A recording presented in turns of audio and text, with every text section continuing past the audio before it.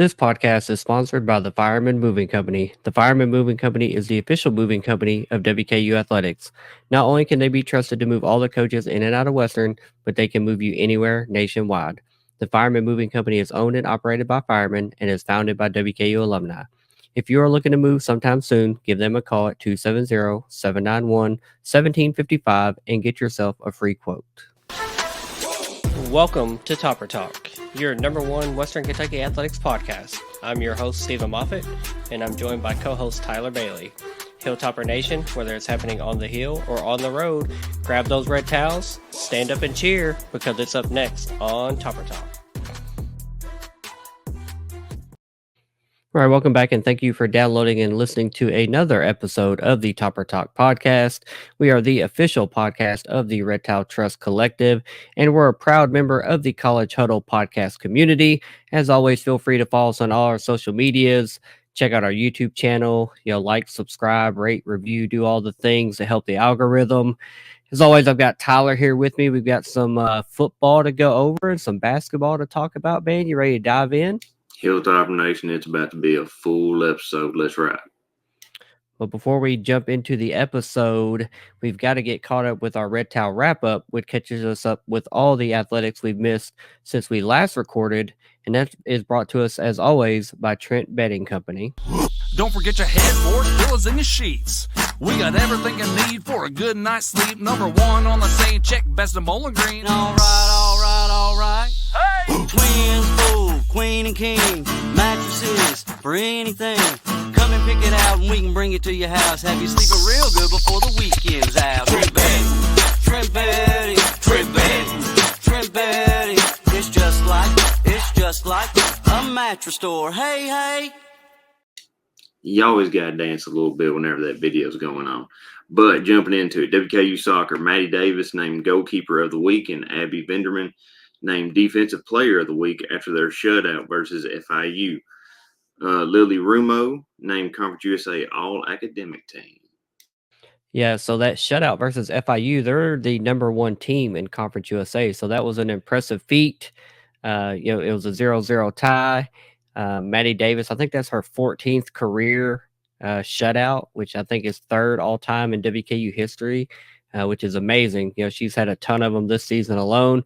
And then Lily Rumo, it was her third time being named to the CUSA All Academic Team. So we love to highlight, the student athletes on and off the field. Congratulations to all of them. Then they turn around and they lost to Sam Houston State 1-0. Yeah, it's been a tough season for the soccer team in the win-loss column. Lost a lot of close games like that. Just haven't had a lot of success putting balls in the back of the net. Luckily, they've had a really good goalkeeper in Maddie Davis that we just talked about. She's helped us stay in a lot of matches, but just dropped a heartbreaker to Sam Houston. Moving on to football, Caden Belkamp named for the Davey O'Brien National QB Award class of 2024.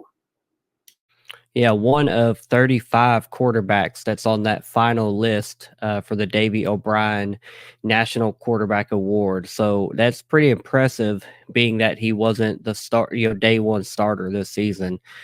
Came on in a relief role, and now has been starting the last 5 games since the Middle Tennessee game when TJ Finley went out, and just has come in and just played excellent. And you can see his progression getting better and better each game. His reads, his comfort in the pocket, and leading this offense.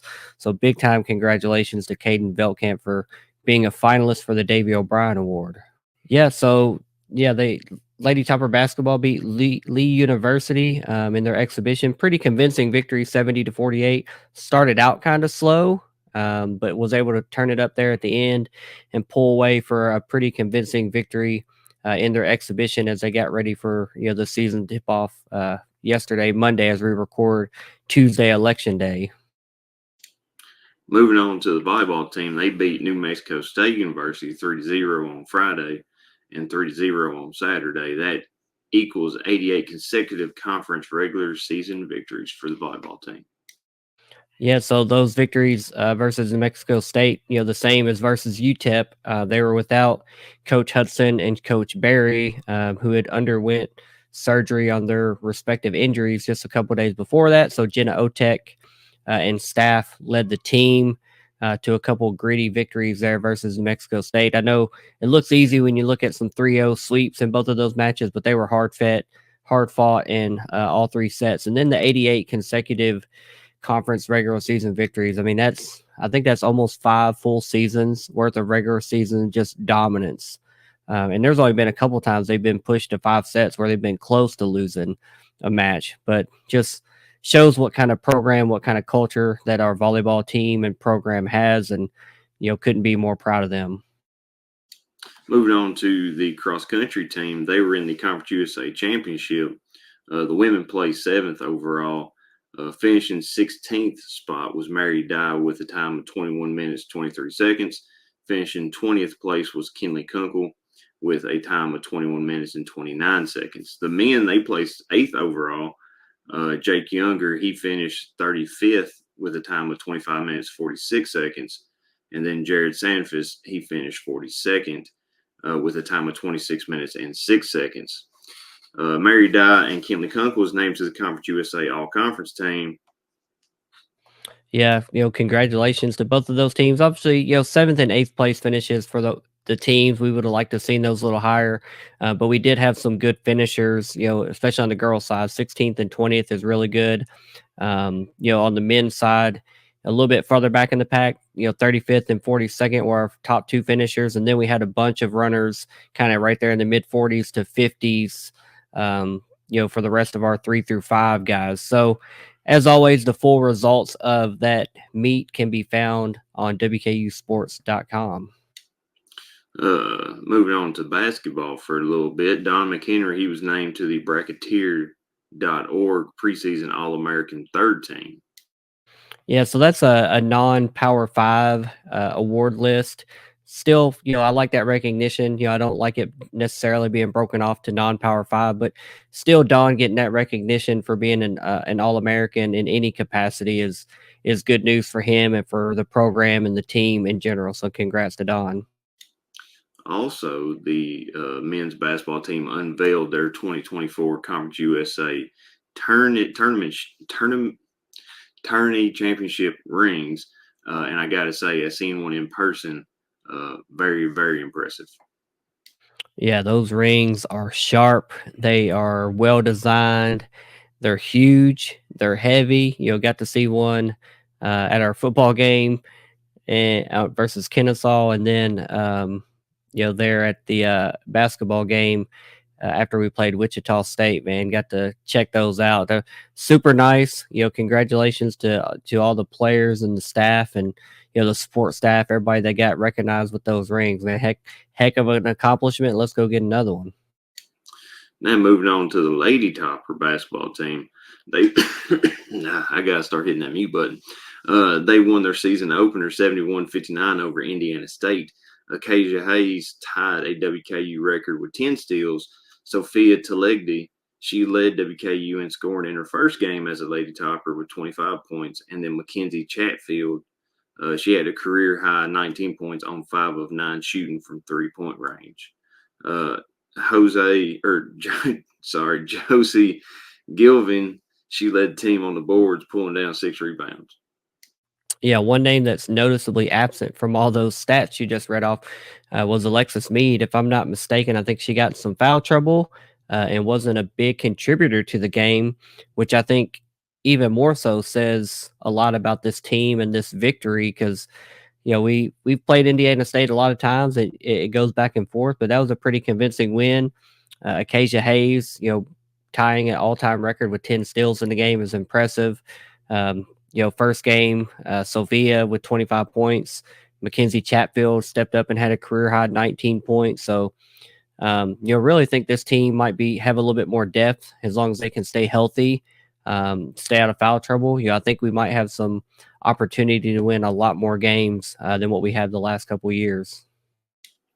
Now, we're going to be moving on to the WKU basketball team, but last night, me and you, Mom, we was both at the game where the basketball team dropped their season opener to Wichita State to a score of 91-84. Yeah, I've got to say it was a really good attendance. When we were in the building in Diddle, Really good energy. It wasn't empty at all. It was just loud with solid energy, solid vibes, and just a nice buzz that whole game.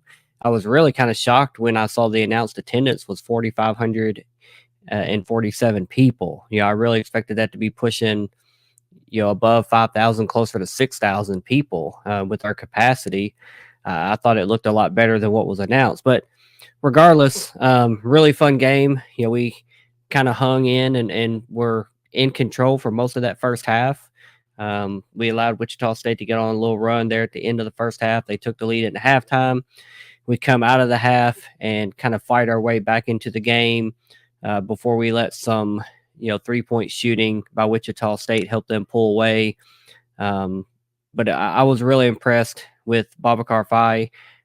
He had a career night. He had 28 points, surpassing his previous game high of 15, but he also did score 20 points in the preseason exhibition game just a week ago versus UAB, and that's a really good UAB team. So I like what I see from Babacar early this season. 20 points versus a good UAB team that's favored to win the American, and now 28 points against this Wichita team, which we didn't break this team down and do a preview of them, but even if we had, there was so much unknown about them. Last year they weren't a good team.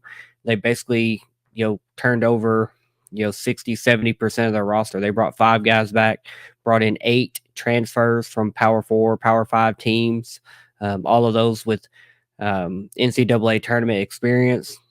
And we saw one of those firsthand, number 11, Justin Hill, with 31 points on the night. He was just a monster. He was a big guard. He made a lot of tough shots. He was just a steady hand, and he was kind of the difference in this game. We also had Don McHenry and freshman Julius Thedford that added double-figure points for us. Don had 21 and Julius had 11.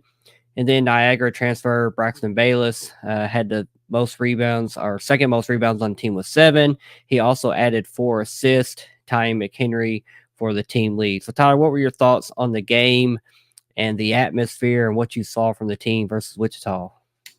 Well, the atmosphere was great, like you said.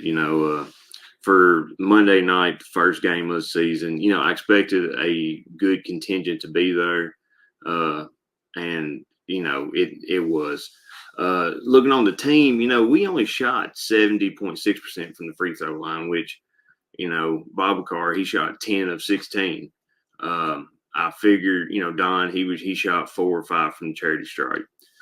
Typically, you kind of want your guards to get down there a lot more. But Babacar, Babacar did great in the paint. Wichita State had some big centers or big guys down low, and Babacar just outfought them. It was great seeing him kind of light that fire. Marshall, Tyrone Marshall, he only gave us 2 points, 0 of 4 shooting from 3-point land, 0 of 4 from the field goal. He was 2 of 2 from the charity stripe. I guess I expected more out of him. Maybe it's just an off night. I'm going to go with that until I see further proof, because I remember what he did last year, and I'm just going to chalk it up to it was just a bad night for him. 3-point shooting definitely needs to get better. Of course, we shot absolutely terrible last year against them. We didn't hit a single 3-point at third place last year. This year last night we went 6 of 25, so that's 24%. You're not going to win many games shooting 24% from 3-point land and 70% from the free throw line. For the field goal, we only shot 39.7%, which is not good. And we just had some of the key players that last year you could count on. Some of them seemed like they wasn't there last night. Both Thedford, he really turned on there in the last half, probably the last 10 minutes in the end. He really came on and finally got into the scoring column.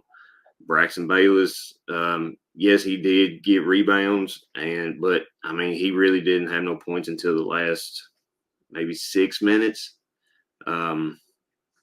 But one thing I did like about this team was seeing the aggressiveness of the guards. Julius and Braxton to go in there. If they missed a layup or they saw one, they were going in there trying to get that offensive rebound. And really, it was the 3-point shots and some of the missed free throws that led to our loss. I feel like if we if we just sank 2 more 3-point shots and maybe we shot 85% from the free throw line, we walk out there with a win. But that number 11 from Wichita State, he had ice in his veins. He was on fire. We played good defense against him. Lander played great defense. Thedford played. I saw him have some lockdown D. Bayless has some good D. But he just could not miss. He could throw I feel like he could throw a shot up, not looking behind his back, and it would go in. Boy was just on fire. But we got to look forward to the next game, Grand Canyon, and I feel like that one's going to be a good test, and it's one that we're going to need to win. Yeah, like you said, the field goal shooting 39.7%. Wichita shot 44.3%. That obviously big factor into us losing. 24% from 3 for us, 40.7 for them. We were 6 out of 25, like you said. They were 11 out of 27, so +5 and 3-pointers made. 15-point differential there in a 7-point game. And then, like you said, the 10 missed free throws. Surprisingly enough, Wichita also missed 10. They missed a lot kind of down the stretch going towards the end of the game, but we were doing the same thing. We missed a lot of free throws there in the second half as well. You go down the rest of the stats, it's really even. Rebounds, we won. Assists, they were ahead a little bit. Steals were pretty close. They were way ahead in blocks. Even on turnovers. Points in the paint, we won 40-24. And a lot of that was Babacar. 28 points. I would guess that most of his came in the paint. Fouls are pretty much even. It really just came down to shooting and being efficient. And like you said, we didn't make enough 3-pointers. Took 25 of them and made less than a quarter of them.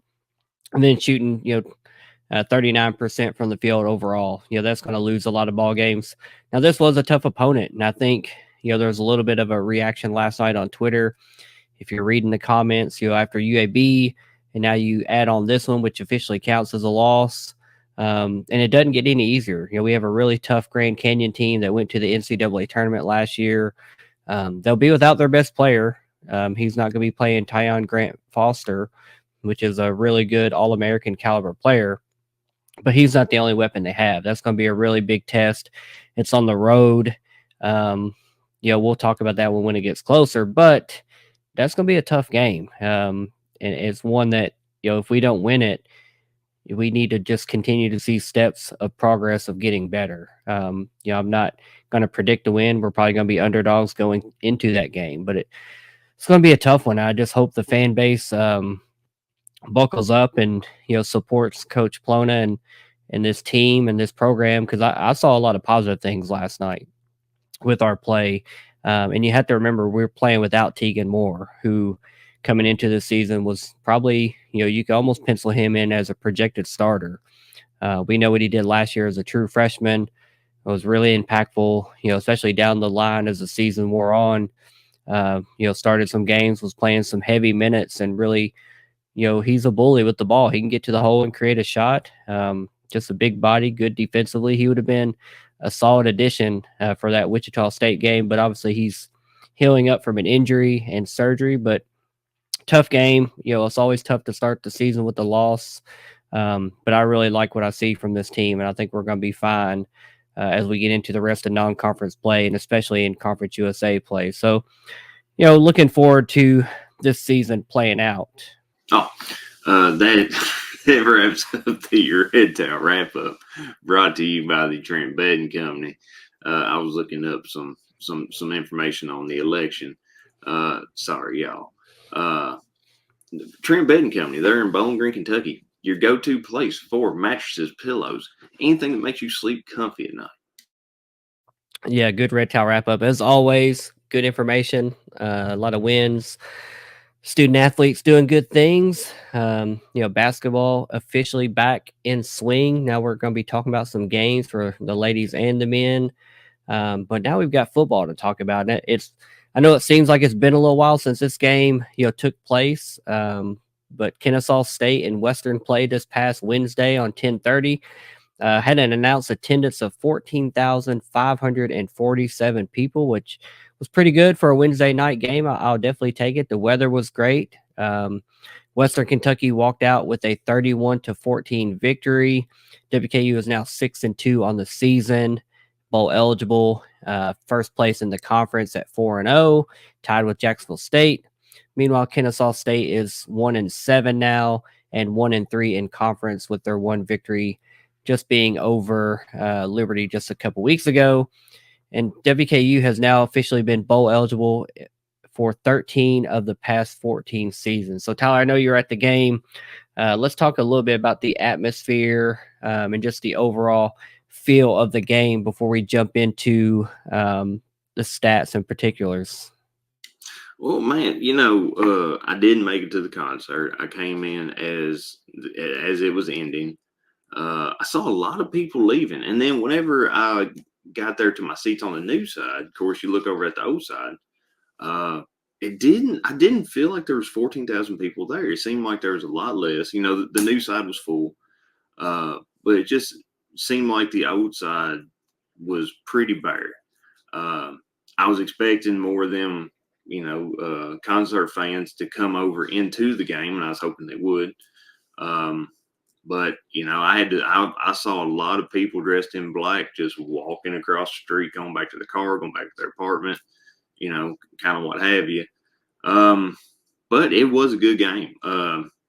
Kennesaw State put up more points than I thought they was. Their defense played a little better than I thought they would, but we'll talk about that here in a little bit.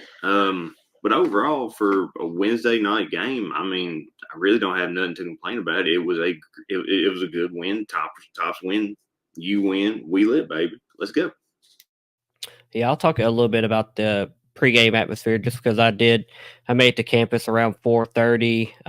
Actually went over and met up with Tyler Eaton over there for ESPN Radio and did a quick interview with him and talked about the ball game and the season we've had and, the podcast a little bit. Tyler does really good things for WKU Sports and, Beyond the Hill podcast. He does a really good job. So I was really glad he invited me to come on and just talk some football, and then, slid over to the Red Towel Trust tailgate area, which is always a good time. Nick Eulenhop has a nice setup over there, good food. A lot of people over there, some cold drinks. So definitely enjoyed that. And then the Flo Rida concert started. And man, the stage again was up close to Preston like it was last year for the country concert.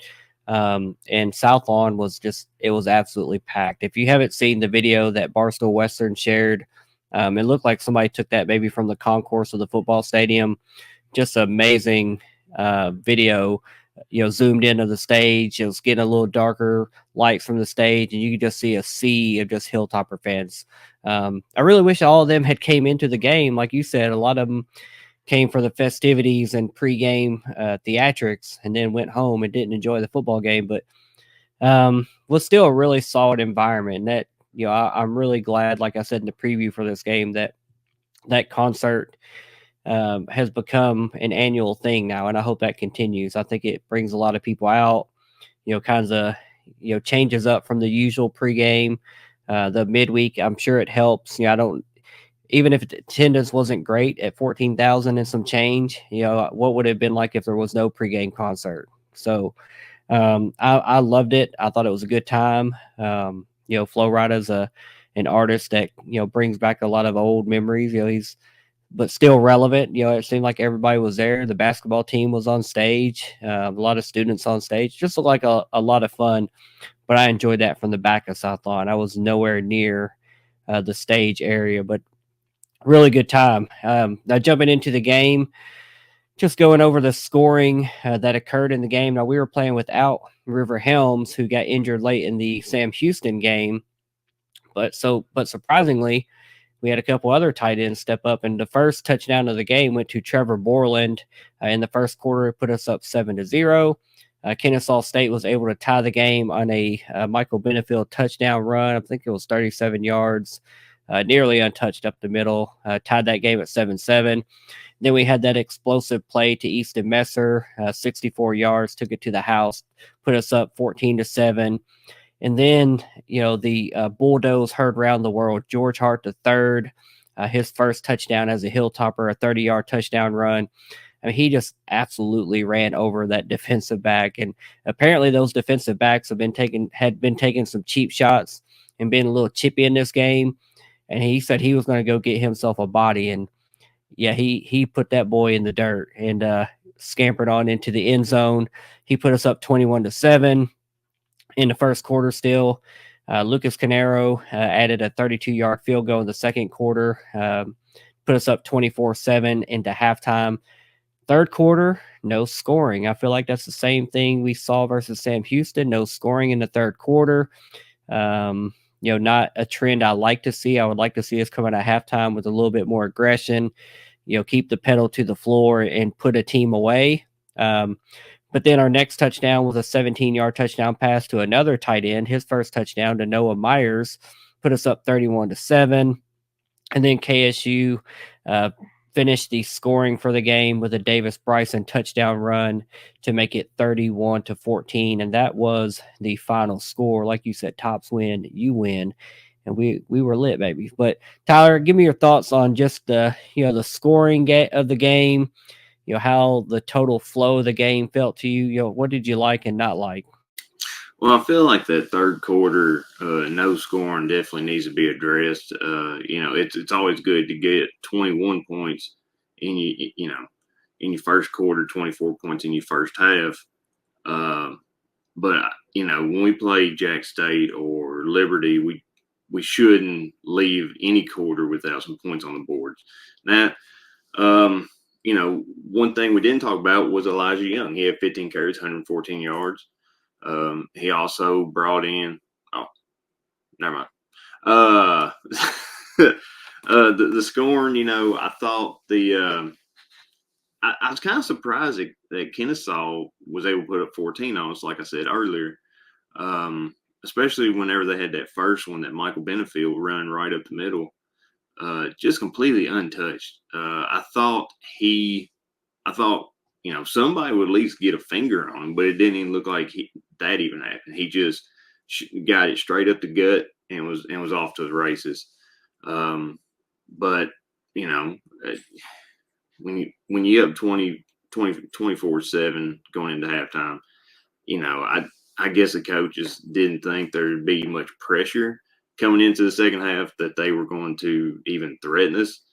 But you're right. And George Hart, I've been waiting on him to do something like that. The boy's a power back. He's good. I'm just glad he's able to finally get that touchdown and get that really good run or play here Western. Yeah, you try to steal my thunder. We're going to talk about these stat leaders for Western. Obviously, our leading passer was Caden Beltkamp, QB1, 17 out of 22 for 276 yards, 3 touchdowns, no interceptions again, taking great care of the ball. You can see his progression, getting better in his reads. His ball placement has been excellent all season. Really, really enjoying what we're seeing from him as far as his development in his first, just handful of starts. Elijah Young, 15 carries, 114 yards. Pretty good day from Elijah Young. No touchdowns, but that's okay. George Hart III, 6 carries, 36 yards, and a touchdown. Then we had Easton Messer was our leading receiver in yardage, 2 receptions for 68 yards and 1 touchdown. Keyshawn Johnson added 4 catches for 64 yards. Katie Hutchison had 2 for 34 yards. And Mike Matheson with an explosive play with 1 catch, but went for 30 yards. So just a lot of chunk plays in this game. A lot of easy and big yardage for us. Like you said, this game never really felt in doubt, and maybe that's why we coasted there towards the end. But I still think we haven't seen this offense play its best ball of the season. I think we played pretty good versus MTSU. Don't get me wrong. That was a pretty good game.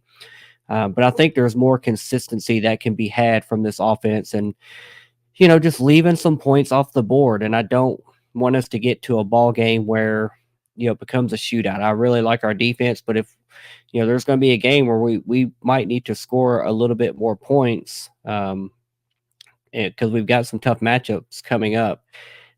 Jacksonville State and Liberty being the two ones that I'm most worried about, but we've got to take care of what's in front of us first. But really good game offensively. Tyler, what were your thoughts on the offensive side of the ball and performers? I think offense played great. 17-22 for Caden, 276 yards. With 0 interceptions, it's great. It's also great to see some tight ends step up in the absence of River Helms like Trevor Borland. I think during the preseason, he said he ain't caught a touchdown pass since like 21 or 22. So that's great that he's able to finally break that drought. And then that other one, Noah Myers, he is someone that you don't never really hear about, but for him to come in and catch a touchdown at Hatcher Smith Stadium, it's going to be something that he won't never forget. Elijah Young, he also had 2 catches for 20 yards. Dalvin, he had 3 catches, 25 yards. Cameron Flowers, he had 1 catch, 13 yards. Caden, he had 10 rushes for 26 yards. I still would like to see him slide a little bit. You ain't going to get all the yardage that you want, but, boy, we need you. Because whenever, in trash time, Hilton got in there. It's just a few handoffs and the game was over. But I think all in all, the offense played great. Easton, he got that real long catch, and he was off to the races. And that was great. He was great to that big explosive play right there.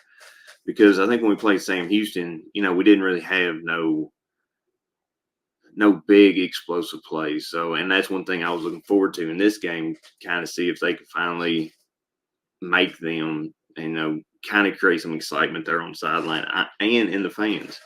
And I feel like whenever he broke off that big run, George Hart was trucking bodies. I felt like that was great for the fans to see that kind of fire again, because it has been a game or two since we have seen something like that. So I have no complaints on this offense.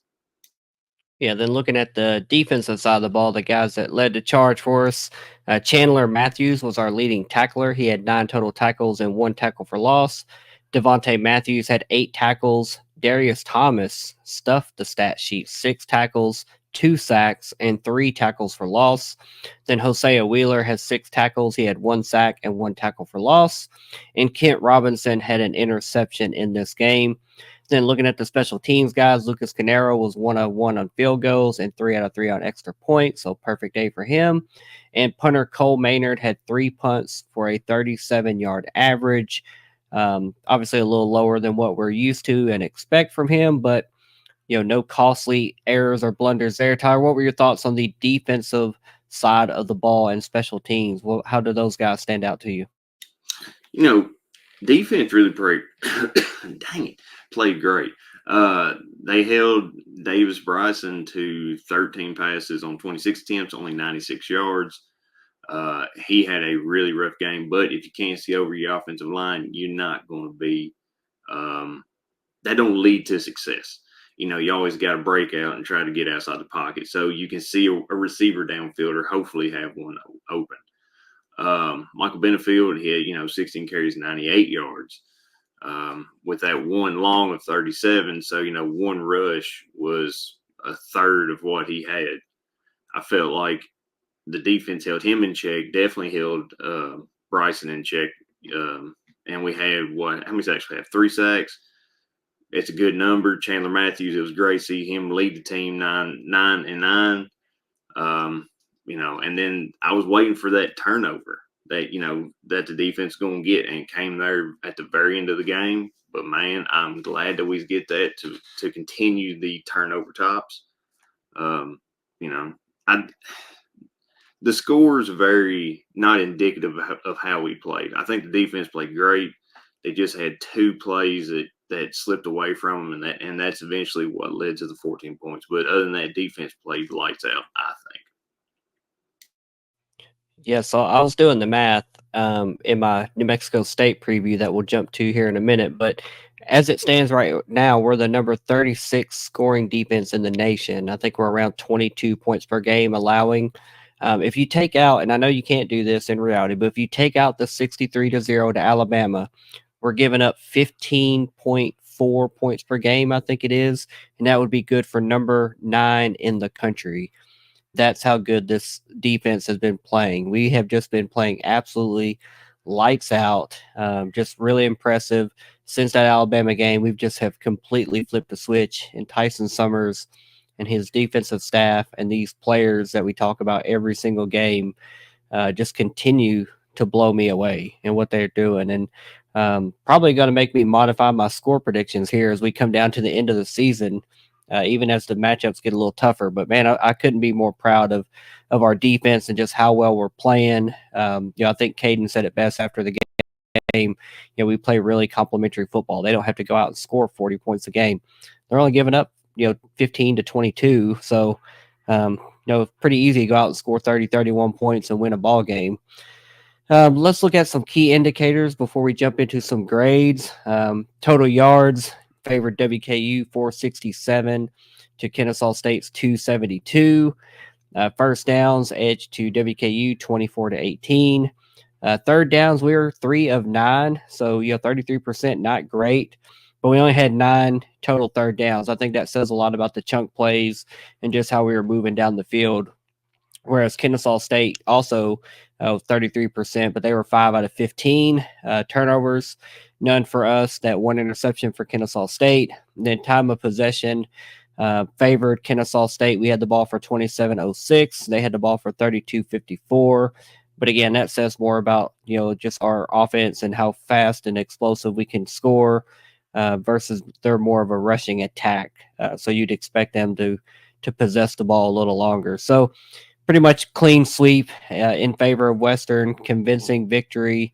Let's jump into some grades. Tyler, what have you got for the offense versus Kennesaw State? I'm going to give the offense an A on this. 31 points, 67 total yards. In my opinion, the offense played lights out. Yeah, the offense definitely gets an A for me as well. I'd love to see more points, but I'm not mad at 31 points. And I think we fumbled one possession away. It wasn't on the turnovers, actually, though. But I know we left some points off the board that we could have scored. So offensively, I'm happy. I would love to see more consistency, especially coming out of half. I know both teams are making adjustments, but it just seems like there was a lull there in that third quarter, the last couple games. We can't let these future opponents hang around or, use that third quarter to try to come back. So still an A for me, but I think our best offensive football is still ahead of us this season, hopefully. What about your grade for the defense? They're going to get an A as well. They only gave up, 272 yards total, 14 points. But like I said, that was only on two big plays for Kennesaw State. So, yeah, I'm going to give the defense an A. Yeah, defense is definitely an A. That's stamped. I mean, they've been an A for the season, quite frankly, if you want to take it and look bigger picture. I mean, they're absolutely killing it. Chandler Matthews, Darius Thomas, Hosea, we have playmakers everywhere, all over that side of the ball. And I think coming into the season, there were some question marks that we talked about when we did our position breakdowns. We knew we brought in some transfers that had experience and could be impactful, but now we're seeing those guys contributing and making plays every single week, week in and week out, every game. Somebody stepping up. It's not always one or two guys. Multiple guys stepping up. We didn't even talk about Upton Stout or Anthony Johnson, but you can guarantee they had an impact in this game. But it's not always about stuffing the stat sheet with stats. I'm sure there's plenty of film, that shows how impactful they were, or they had the offense to scheme away from them. But that just allows other guys to make plays. And I think that's, the sign of a really good defense when you've got multiple guys that can make plays for you. So easy A for me. Pretty much pencil that one in for the rest of the season at this point because those guys are balling. What about your special teams grade? Special teams going to probably take a little bit of hit there. A for Cole Maynard. I feel like his punting last 2-3 games kind of been down. Lucas is doing Lucas things, just automatic. But I'm going to talk, I'm going to factor in that onside kick recovery that Kennesaw State had. I would actually hit the over had we recovered that ball. But I can't be mad at him for that. That was my fault for betting. Shouldn't have did it. But I'm going to give special teams B+ on this because Cole's punting didn't really negatively affect us. He did get the ball out and get it away, and our defense with the way they're doing, no, it just wasn't going to happen for Kennesaw State. So I'm going to give special teams a B. I'm rounding up. I'm giving them an A. Nothing that negatively impact us. Lucas, perfect on the game. Cole, like you said, not the punting average we're used to. The most of the first half of the season, the last couple games, Sam Houston and this one have been a little bit tougher for him. I don't know if he's dealing with an injury or what may be going on there, but obviously we hope he gets back to booming those 50-yarders on a consistent basis. But still didn't hurt us, didn't cost us field position this game. So I'm giving those guys an A. They did not hurt our win in any way, shape, or form. What about your coaching grade? I'm going to give coaches an A too. I mean, other than that third quarter slump, but we didn't have no real need to even figure really. Because like we both said, this game was never in doubt, never in question, and definitely didn't feel no pressure from them. So I'm going to give them an A as well. Yeah, I'm really high on the coaching. I think we have schemed and played well all season against all of our opponents. My only question mark for the coaching for this game was that 4th down sweep call that we did when we were down in the red zone. You're potentially going to add more points on the board. Like I said, we left points off the board. Had a 4th and I want to say 1 or 2, and instead of just giving it to Izzy or giving it to George Hart III or a Caden tush push, we ran a fancy sweep, trying to catch them off guard. And unfortunately, their defensive end made a really good play, got a tackle for loss, got themselves off the field. We just got too cute there. I think at the time we were averaging over 6 yards per carry, and just power ball. They couldn't stop us. They were too little.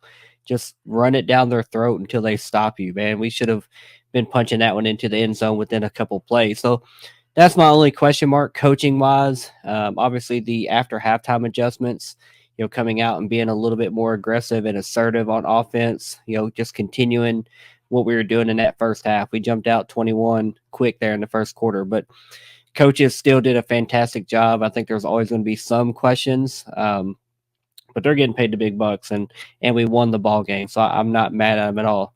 Coaches get an A for me. What about your overall grade? Overall, I'm going to have to give the team an A. Just an all-around great team effort. Kind of like what you said about what Caden said. Playing great complementary football, and as long as we keep this up, I definitely see us the rest of the season going really good. Yeah, I'm right there with you. An A overall. I think this team is playing really good football, and right now their destiny is in their hands. They control how far they go. If we want to host a championship game, just got to win those ball games one at a time. So definitely an A for me, performance overall. What about this home game, the last midweek game, the blackout? What about your grade for the fans? It would be an A if the fans from the concert would have traveled just across the street into the stadium. It's not that long to walk. Really short, really easy track. And students get in for free. And I know there ain't finals, and surely your test or what homework could have waited a few more hours. But I will give them a B. The fans was good. The fan noise was good. And it was great being there with all them people watching Tops get the dub. Yeah, I'll give the concert fans get an A. Pregame fans A+. Amazing atmosphere. I came on campus around 12:30 to deliver some food to the equipment staff, and campus was already buzzing, cars zipping around, tailgates being set up, and I was like, all right, it's going to be a good tailgate. Showed up at 4:30. It was a good tailgate. It was nice. A lot of people out there. Weather was perfect. Concert was amazing. But like you said, a lot of people did not cross the road and come into Houchin Smith Stadium. Still a respectable crowd, 14,500 and some change of our friends showed up and watched the game. But man, we could have been pushing, 16, 18,000 if everyone came into the ball game and really had an electric atmosphere inside the game. I don't know how we do that. Should the concert be at halftime? I don't know. I think that's a lot of logistics. We're not the Super Bowl. I'm not sure we could pull that off very easily, but there's got to be something there to corral those fans and hoard them into the stadium. I'm not sure how we do it, but we've got to figure that out. But I'll give the fans at the game a B. The ones that did show up were loud, and a lot of black being worn for the blackout theme. So I'm happy for it. I think it was a good midweek season. I'm glad we're back to some Saturdays, and now we get to talk about a New Mexico State game preview, which is coming up this Saturday, November 9th. It is a 5 p.m. kickoff. The game will be on ESPN Plus, and the game is at Las Cruces, New Mexico, at Aggie Memorial Stadium. WKU enters the game at 6-2 overall. We are 4-0 in conference. And New Mexico State enters the game at 2-6 overall. They are 1-4 in conference. And New Mexico State owns the series lead at 1-0, which was a 39-28 victory in Bowling Green, Kentucky last year to thrash our hopes of potentially making the conference championship game. But I've got bad news for New Mexico State. Diego Pavia ain't walking through that door this year, Bubba. Sorry, your staff and half your team is now in the SEC playing for Vanderbilt, making some noise. Tried to tell those guys all off season, you're returning 28% of your production from last year. New head coach, first time head coach, not just a new head coach, his first time being promoted to the head coaching position. It's going to be a growing pain season for them, and they're seeing that and feeling that in real time. 2-6, 1-4. The betting line opened with WKU as a 20-point favorite with the over-under at 51.5. That line has now moved to -18 with an over-under of 52.5. So a little bit of movement there. Still expecting a pretty convincing victory for WKU in this road game. The ESPN matchup predictor really likes WKU with an 87% chance to win. And as I said earlier, WKU controls their destiny for the Conference USA Championship game. Win out, and we host that thing. If we drop a game, then we're looking at tiebreakers, and could we still host? Possibly, but there's tiebreaker scenarios, etc. We just need to take care of these games one at a time. New Mexico State, La Tech, Liberty, Jacksonville State. We just need to take care of them one at a time. Every game is winnable on this schedule. And then, just today, we debuted that we're having some new helmets, some more helmet heat from our equipment staff. Man, these 1983 WKU throwback helmets, man, with the big WKU and the jersey number right on the side, man. I retweeted it earlier. I retweeted just a big wall of all of our former historic helmets, several of which we have, had over the years. We had the WKU stack earlier this year. We had the winged helmet just a couple years ago. A lot of good ones in our arsenal, and I'm just really impressed by our equipment staff and the things they do and the just creativity that they have every single week. Has kept us nationally relevant and a lot of social media chatter and buzz. It seems like every week. And I really like these helmets. They're nice and clean. They're simple, but man, they are sharp. That red with the white lettering and the white face mask, it just pops, man. Tyler, what are your thoughts on this game, this matchup, the helmets? Just how does this one feel for you? I feel like this is going to be a good revenge game. Last year, They came to us. It didn't end the way we wanted to. We had a coach talking to us. He's gone now. So I'm good to still talk a little bit of trash to them. But, they're going to reap the whirlwind on this one, in my opinion. Yeah, you're right. Their QB is gone. They're obviously having a really crappy season, and I don't see it getting any better. But I mean, I've been waiting for this game, and dude, them helmets, they are so clean. I swear, I feel like we got more helmet combos and more combinations. I think we'd probably be rivaling, or we'd be a rival to Oregon on this one. I know they got a crap ton more, but it just feels like we have a never-ending helmet decal, new helmet coming out, new combo coming out. It's something that I really enjoy as a fan, and the throwback, the retro look, clean. Them things are great. But I feel like this can be a very easy winnable game, and we really just got to come out there and just do what we do. And I don't think there's anything they can do to stop us. Yeah, easily winnable is a good way to describe this game, especially when I jumped into the stats for this New Mexico State team. I just I had deja vu. It felt like I was researching Kennesaw State all over again. So New Mexico State on the season is averaging 19.6 points per game on offense. That is number 121 in the nation out of 134. Not good. WKU is averaging 29 points per game. That's 66 in the nation. So, we're closer middle of the pack there. New Mexico State's defense is allowing 36 plus points per game. That's number 126 in the nation. Again, 134. Not good. WKU is allowing 21 points per game. That's number 38 in the nation. And like I said earlier, you take out that 63 points to Alabama, we're number 9 in the nation at 15.2 points per game since game one. Absolutely impressive. This game on paper just looks like just a mismatch. A defense for New Mexico State that's not very good, an offense for us that, while not great, is still putting points on the board. And then their offense, 19 points per game, isn't going to win you a lot of ball games, and it definitely shouldn't keep you in the ball game against us. So let's talk about some of their stat leaders. They've played several quarterbacks. Their leading quarterback as far as yardage is Parker Awad. He's number 15. He's a 6 foot, 195-pound sophomore.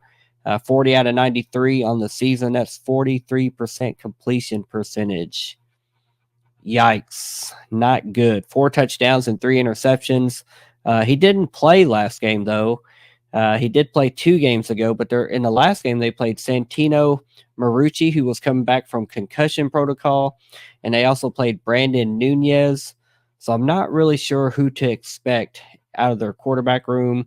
Seems like they've got a rotation of guys. I don't know if they play a hot hand or if there's injury concerns that's influencing who is playing, or even just scheme if one of them likes to run or throw more. I'm not sure, but their quarterback room has not been very impressive as far as their statistics. If their leading passer is 43% completions on the year, their leading running back is Seth McGowan.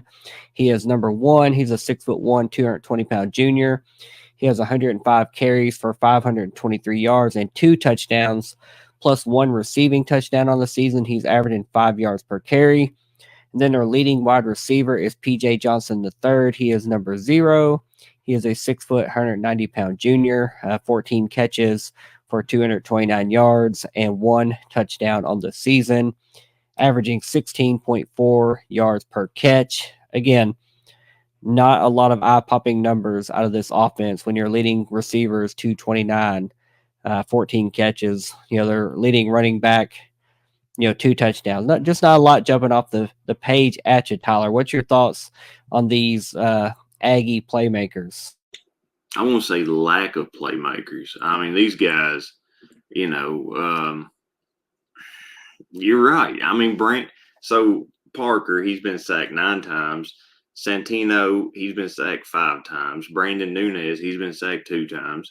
They have a fourth one. They don't really play him too much. He's Deuce Hogan. He's been sacked 3 times. So obviously this offensive line gives up the sacks. But none of it is really just eye-popping. Seth, I guess, would be the only one that, you could say is good. Seth McGowan, their running back, because TJ Pride, he's a second leading receiver. He has 21 receptions, 215 yards, 1 touchdown. Cordell David, he has 15 receptions, 124 yards, 0 touchdowns. I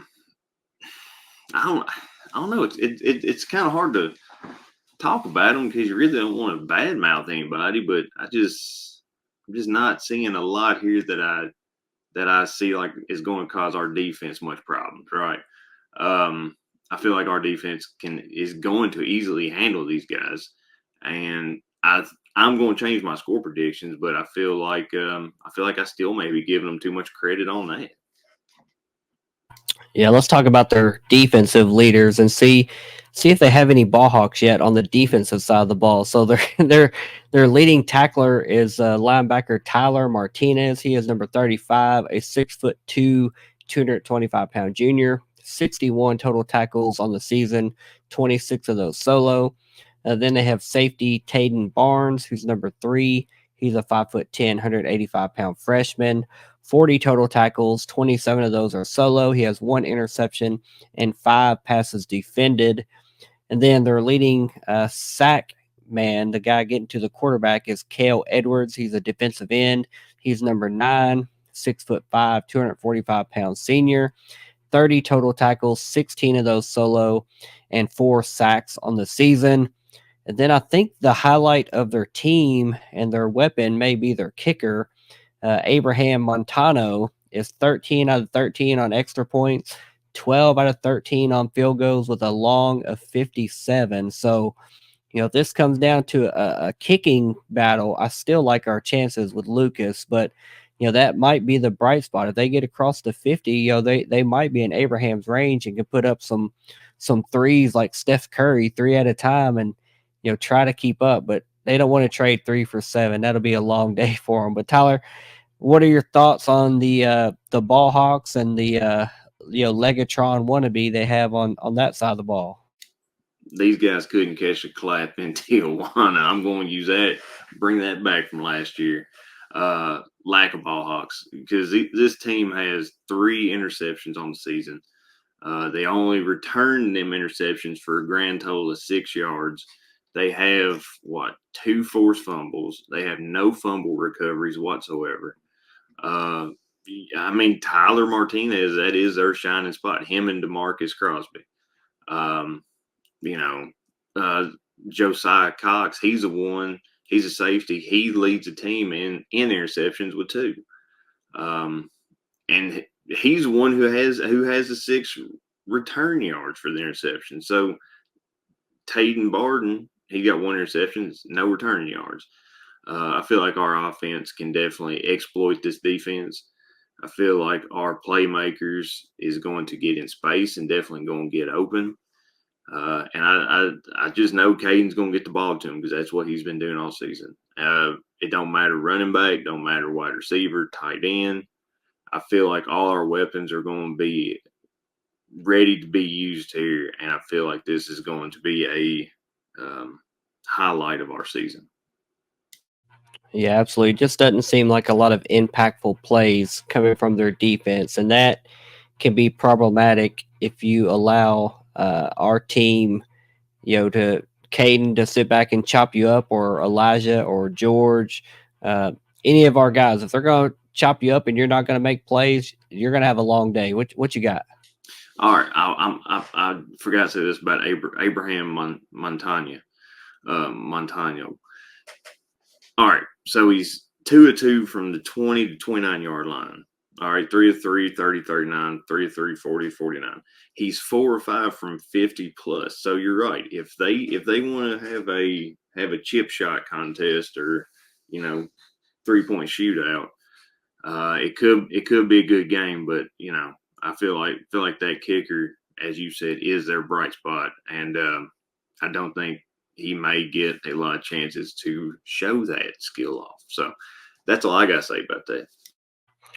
Yeah, I think we'll be okay. I think if it comes down to that, we're going to be okay. Let's jump into some keys to victory for WKU to go to Las Cruces and come out with a victory. What's your first key to victory? Control the trenches. Against Kennesaw State, we did give up 2 sacks. And if you ask me, that's too many. And I feel like they was getting back there and getting pressure on Caden. I feel like our offensive line has to do a better job of keeping that from happening, and our defensive line has to create holes and get back there and create space or create pressure on whichever QB New Mexico State uses. Yeah, I think we just have to keep it simple is going to be my first key to victory. I think offensively, we don't have to get cute. I think if we're in 3rd and short or 4th and short yardage positions, I think just hand the ball off the middle. Let those guys get the hard yards, the short yards, or Caden with his legs. And the same on defense. We just need to stay that aggressive defense. A lot of blitzes off the edge. I'm not expecting a lot from this New Mexico State offense, whichever quarterback they roll out. Their running back has been decent at 5 yards a carry, but our run defense has also been pretty solid. We're not allowing people to gash us for the most part, and I don't see that changing in this game. So let's just keep it simple, play Hilltopper football, and go out and take care of this game, jump out early, and put it to bed. What about your second key to victory? I'm gonna say strike fast. It's been a long time since we've played kind of up tempo. I feel like, and we have had success with it in the past. So it'd be nice to have some up tempo offensive play. So that's gonna be my second. Yeah, I'm going to go the same. I kind of alluded to it on my first key to victory. Start fast. We started really fast against Sam Houston, went right down and scored. We started fast versus Kennesaw, up 21-7 in the first quarter. I think when you do that, especially against teams that prefer to run versus pass, you put them in uncomfortable positions where they have to drop back and pass. And then you already talked about their offensive line being Swiss cheese, giving up a lot of sacks, no matter which quarterback's back there. And we've got guys that are just going to pin their ears back. Tyson Summers is going to draw up some blitzes coming from different gaps in spacing, different angles that the quarterback's not going to be ready for, or they're not going to have somebody there to chip or block. And we're going to have Upton or AJ, somebody coming downhill from the side, and we're going to make a play. And I have a feeling if we can jump out early and turn this into a game where they have to throw the ball more than they want to, it really could get ugly for them. What about your third key to victory? Defense just needs to keep doing what's doing. Defense keeping the offense off the board, at least giving them a minimum amount of points. Really holding offenses to short yardage. They just need to keep doing what they're doing. Yeah, so I'm going to say play clean football.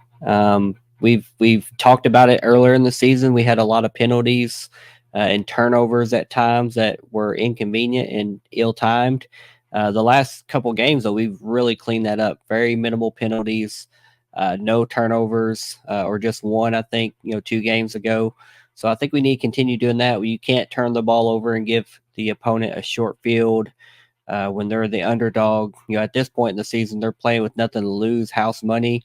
They're coming to play spoiler at this point to whoever they play. They want to knock us off and ruin our chances to be in or host that championship game. So we just need to play clean football, start fast, and let the defense feast on some turnovers, because this should be a heck of a game for our defense. I really think, as much as they've shown up and balled out, I think this one is going to be one for the highlight reel. What about your MVT versus New Mexico State? I'm gonna go Caden again, man. I'm going to continue riding hot hand. He has a good game. Typically, we have a good game, so I'm gonna give it to QB1. I'm going to go with the running backs. I'm switching it up a little bit. I see a little bit of a shift, a little bit of an exploit in what they can handle or not. And I think it's going to be that two-headed monster of Elijah Young and George Hart III. I think one, they both show they're really strong runners and in different styles, a little bit of thunder and lightning there. But both of those guys are super versatile and can catch the ball in the backfield. We've seen that from both of them this season, and that creates a lot of mismatch problems, a lot of defensive pressure where you also have to account for those guys coming out of the backfield. If they get out in space versus a linebacker, sorry, that's probably not going to end well for you. And we saw what happened when that defensive back tried to come down on George Hart. Also didn't end up well for him. So I think those two guys, I could see, Elijah going over that hundo mark again. Between the two of them, I could see multiple scores being had in this game. So, I really think, that running game really opens up our offense and the timing passes, the spread that we like to run. So I think we have to continue to establish that running game and just be strong in that regard. What about your score prediction versus New Mexico State? Are you riding with the preseason, or are you going to change it up? I'm going to have to change it up. So preseason, I had 35-21 Tops win. Looking at how New Mexico State's their season has gone and how we've been, I'm going to revamp it. It's going to be 42-10 Tops win. And like I said, I'm probably giving them too much credit on giving them 10 points. But, I mean, a blind squirrel finds a nut every once in a while. So, yeah. Yeah, a broke clock's right twice a day, right? That's what they say. My preseason prediction was 41-17. I'm not going to stray far from that. I am going to adjust a little bit because I'm just impressed with our defense. So I'm going to go with 42-14, pretty close to your prediction as well. I think the Tops take care of business. I think we start fast, pull away, and coast to the finish line for what should be a pretty easy and convincing victory. We're coming down the stretch of the season now with all the goals in front of us. Short of that the loss to Alabama and Boston College, as much as they stung, they're not going to affect this season and the conference championship goals and the bowl game eligibility that we've already secured. That's been checked off. Now let's go play in and win a conference championship that has eluded us since 2016. I definitely think we have all the pieces. Defense wins championships, and this is a championship caliber defense that we have. And like we've continued to say, when the offense is clicking, man, they're good. They're lights out. And if they really start putting it together more consistently and playing better ball games, more complete ball games, as good as they've been, I still think there's meat on the bone that they can go out there and get and put a few more points on the board and really make some of these games no doubters as we come down the stretch. So I'm really looking forward to watching this game. We do have that revenge factor of losing a tough game last year at home that kind of knocked us out of contention for that championship game that they ultimately went to play in versus Liberty at Liberty. So a little revenge factor. And like we said earlier, there's no ball hawks and no Diego Pavia walking through that door to save them. They've got some guys with 43% completion percentage and 200 receiving yards on the season that they're hoping could light a spark under them and win a ball game. But it's not going to happen this weekend. As much as anything can happen any given Saturday, it ain't happening this Saturday. It's not going to happen. Really looking forward to a convincing victory. Obviously, I just hope we stay healthy coming out of it as we really look down the barrel of the end of the season. La Tech, Jacksonville State, Liberty. We need everyone healthy and available. Obviously, River Helms, we hope he heals up and is available. But if not, we saw the other tight ends step up and make some plays. So, Tyler, really looking forward to this game. Glad we got to preview it and kind of shine some light on what could be a mismatch this coming Saturday. So hit us with your final words and take us on out of here.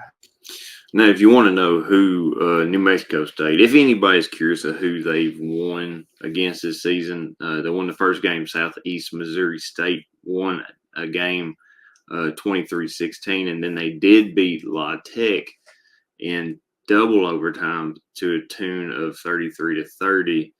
But La Tech's like 3-5 right now. Like they ain't up towards the top like we are. So you're right. They probably are wanting to play spoiler. Actually, I guarantee they're wanting to play spoiler. And why shouldn't they?